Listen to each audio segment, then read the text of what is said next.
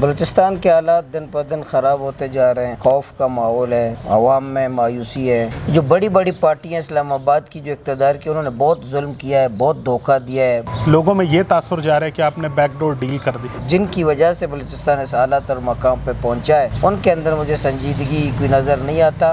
تو اس ماحول میں جب تک یہ دھرنا چل رہا ہو، دوبارہ ایک لانگ مارچ کا ایک پروگرام کرنا یہ مناسب نہیں ہے۔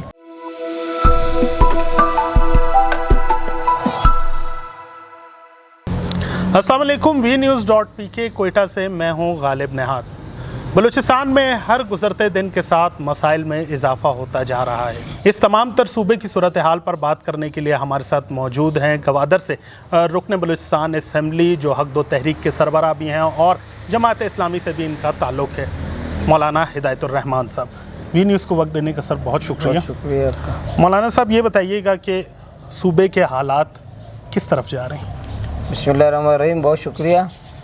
بلوچستان کے حالات دن پر دن خراب ہوتے جا رہے ہیں، خوف کا ماحول ہے، عوام میں مایوسی ہے، نوجوانوں میں مایوسی ہے، اور یہ مایوسی تو میں نے پارلیمنٹ کے اندر رہنے والوں کے بھی چہروں سے باتوں سے نظر آتا ہے، اور حتیٰ کہ کابینہ کے اندر ممبران کے لہجوں سے باتوں سے بھی مجھے مایوسی اور خوف محسوس ہوتا ہے۔ لیکن بدقسمتی سے یہ ہے کہ کوئی سنجیدہ ہونے کے لیے جن کی وجہ سے بلوچستان اس حالات اور مقام پہ پہنچا ہے، ان کے اندر مجھے سنجیدگی کوئی نظر نہیں آتا۔ پھر بھی وہی لہجے، وہی تکبر، وہی غرور، وہی گھمنڈ کی باتیں میں سن رہا ہوں۔ یہ بہت تشویشناک بات ہے۔ مولانا صاحب، آپ نے بھی اعلان کیا تھا ایک لانگ مارچ کا، بعد ازاں آپ کا ایک ویڈیو پیغام بھی سامنے آیا کہ ہم لانگ مارچ اپنا ملتوی کر رہے ہیں۔ کیا وجہ تھی کہ آپ نے اچانک لانگ مارچ کا پہلے اعلان کیا اور پھر اس کو ختم کر دیا؟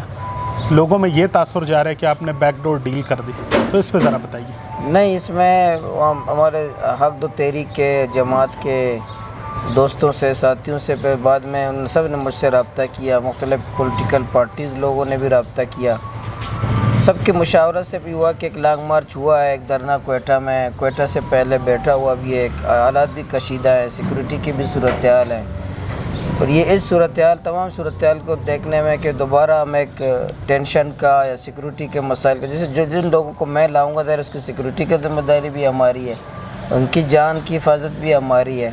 تو اس ماحول میں جب تک یہ دھرنا چل رہا ہو، دوبارہ ایک لانگ مارچ کا ایک پروگرام کرنا یہ مناسب نہیں ہے۔ اس لیے از خود پھر ہم نے مشاورت کے ساتھ یہ فیصلہ کیا ہے کہ اس کو ہمیں کینسل ہونا چاہیے۔ یہ ہمارے عوام کے، اپنے لوگوں کے، سب کے مفاد میں ہے کہ ہم کسی کو خطرے میں ڈالیں۔ لیکن انشاءاللہ جب حالات اسی طرح رہے اور کوئی پالیسی ساز ادارے جو ہیں اگر اپنے رویے نے درست نہیں کیے، تو یہ میرے خیال میں ہر گلی اور محلے سے لانگ مارچ نکلیں گے۔ حکومت کی ذمہ داری ہے، آئینی ذمہ داری ہے کہ جس طرح ہماری ذمہ داری ہے کہ ہم پرامن جمہوری جدوجہد کریں، پرامن احتجاج کرنا ہر سیاسی پارٹی کا حق ہے، اس کو روکنا ریاست کی ذمہ داری نہیں ہے۔ یہ بالکل غلط ہے کہ ایک پرامن جمہوری سیاسی سرگرمی کو روکنا یہ غیر جمہوری رویہ ہے، یہ حکومت کے لیے مناسب نہیں ہے، اس ملک کے لیے مناسب نہیں ہے، اور عوام کو جانوں کو خطرے میں نہ ڈالیں، یہ ہم سب سیاسی پارٹیوں کی ذمہ داری ہے۔ جیسے آج دھماکہ ہوا مستنگ میں، جو سیکورٹی اہلکار تھے، جو سیکورٹی پر تھے، ہمارے پولیس والے، وہ شہید ہو گئے، یہ بھی بچے ہیں ہمارے صوبے کے، ہمارے لوگ ہیں۔ اس میں میرے علاقے کا بھی پسنی کا ایک وسیم مبارک وہ بھی شہید ہوا، اور دو اور بھی شہید ہوئے۔ تو ظاہر ہے پولیس والوں کی، سیکورٹی والوں کی جان خطرے میں، عوام کی، شرکاء کی بھی ہے۔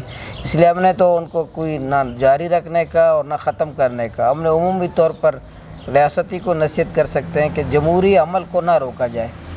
ہم دیکھتے ہیں کہ جب بھی بلوچستان میں کوئی ایسا مسئلہ سر اٹھاتا ہے جو بڑی نوعیت کا ہوتا ہے، تو وفاق پر مبنی جماعتیں جو ہیں وہ بلوچستان کے حوالے سے بیانات بھی دینے لگ جاتی ہیں اور یہ بھی کہتی ہیں کہ ہم یہاں پہ آ کے مسئلے کا حل نکالیں گے۔